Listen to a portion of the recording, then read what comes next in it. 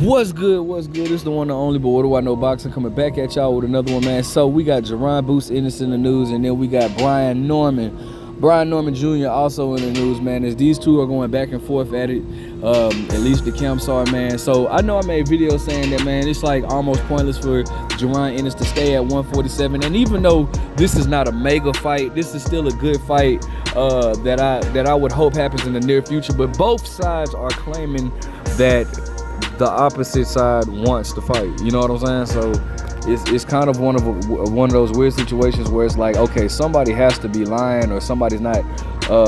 Somebody's leaving a piece to the puzzle out or whatnot. But I'm gonna let you hear what both guys got to say, and then we're gonna go ahead and talk about. I'm gonna go ahead and just talk about how I feel about this fight.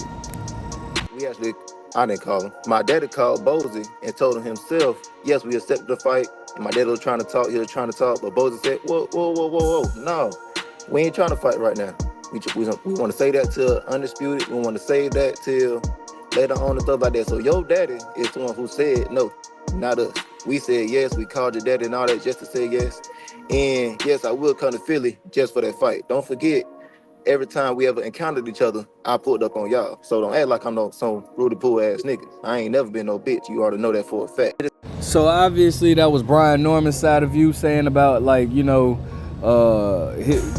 what he felt like was going on in the situation. So then we're gonna hear what Jaron Ennis has to say. Recent, they're saying that if it's next, then it's next. That offer was sent. Offer was sent 2 days ago. And no back and forth negotiation? Offer was sent 2 days ago. Have you seen or heard about the interviews that they saying that they would take it next if offered? Somebody sent me something. They said that, they said something about like what you just said. And they said something. I heard somebody sent me one where he said he'll fight me at home too. We sent offer 2 days ago. Turned it down. Now, before I give you Brian Norman Sr.'s take on, I got to give a shout out to YSM Sports. They are the ones who conducted those interviews. Anytime, and I wish a lot more boxing channels would do this. If you're gonna put a piece of somebody's interview in your video, make sure you give the original person that their credit, bro. And make sure you go watch that video, the full video as well, man. But go give make sure you always give credit from the person, from the source. Give that source his credit, man. Like, don't, I just feel like that's a respect thing. But anyways, now I'm gonna go ahead and read to you what Brian Norman Sr. had to say, and then let's go ahead and talk about it. All right, so shout out to SBNation.com. It says, we want all the smoke. Brian Norman's father says they're open to a Jaron Ennis fights. All right. It says, following Matchroom promoter Eddie Hearn's recent interview where he discussed his attempt to make Jaron Ennis a unification match against Brian Norman, Norman's father posted a video message to make it clear that they are not avoiding the fight. As Norman's father tells it, they actually are interested in making the fight happen and believes that there has been some miscommunication. This is the latest with the situation in the Boots fight on our end. I'm trying to be as transparent as possible, but with Boots and Bozy and his team, I reached out to him after Eddie Hearn did his interview. We reached out immediately to Matchroom lawyers, the ones that sent the offer, and asked them, what is this about us declining 2 offers? Matchroom lawyer it just popped up, so my bad.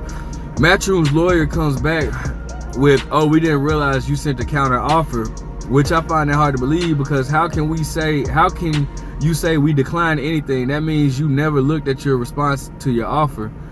Which that kind of does make sense. Like, how can you say we declined it and then not realize that we sent a counter offer? If you check your email, what we sent you back, you would know then. But anyways, the first offer was ridiculous, but the second offer was close, and we couldn't work with that a little bit.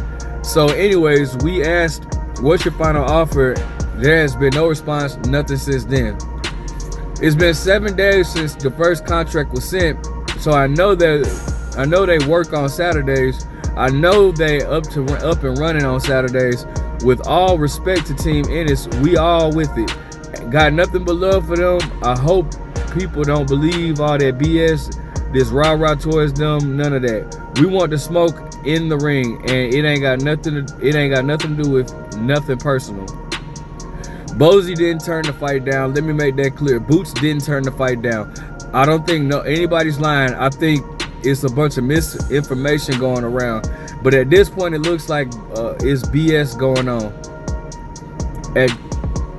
At this point, because we clearly reached back and said, "What's your final offer?" And that's been 24 hours. Nobody said a word. So a little frustration there, man. A little frustration. So, I mean, listen, man, it just seems like from what is being said, man, I don't think either one of these guys are afraid of each other. I don't think anybody is ducking anybody. You know, Jaron Ennis is looking like the phenom of boxing, like he's looking like the next Roy Jones or whatnot. Brian Norman, he's from the home state. Both, I mean, off top, I gotta support my guy Brian Norman. He's on the home team, so I gotta support him. And I support Jaron Ennis too. I love Jaron Ennis, but I'm always support my home team first or whatnot. But I don't think that anybody's avoiding anybody. I definitely don't think that Jaron Ennis is avoiding Brian Norman or anything like that. But the thing is, man, it's just stuff that happens, bro. Miscommunication. Brian, as you guys heard me read, Brian Norman Sr. said that they sent a counter offer back, and they heard nothing. So, I'm waiting to see what Eddie Hearn has to say about this situation. But I think this is a a very good fight. Now, granted, I feel like this fight, unfortunately, I do feel like this fight is not going to get the recognition that it deserves, mainly because you have somebody that's trying to make a name and that's clearly passed the eye test in Jaron Ennis, against another threat, but does not have such a big name in Brian Norman. And but both fighters are title holders in the welterweight division, so that's exciting. You know what I'm saying? But I just feel like if Jaron Ennis beats Brian Norman, he's not gonna get that much credit from it. If Brian Norman beats Jaron Ennis, though, Brian Norman would get a lot of credit from it. And I feel like both of these guys deserve to get credit for this, because this is a very good fight. Both undefeated fighters, both hard hitters. Jaron Ennis is like 32-0 with 29 knockouts. Brian Norman is 26-0 with 20 knockouts. So both got popping the punches. And both are excellent boxers. I do believe that Jaron Ennis has more in his tool set. And I'm not even gonna sit here and lie to you. I have not. I've known about Brian Norman, but I haven't had my eyes like just keen on him. I know he throws very good combinations. He's a fast fighter too, very good with his jab as well. But I haven't seen him in a fight that his last fight was against a guy that was for his caliber, like where Brian Norman's at, was supposed to be the one to push him. But I just haven't seen Brian at that level enough for me to really measure. And so with that being said,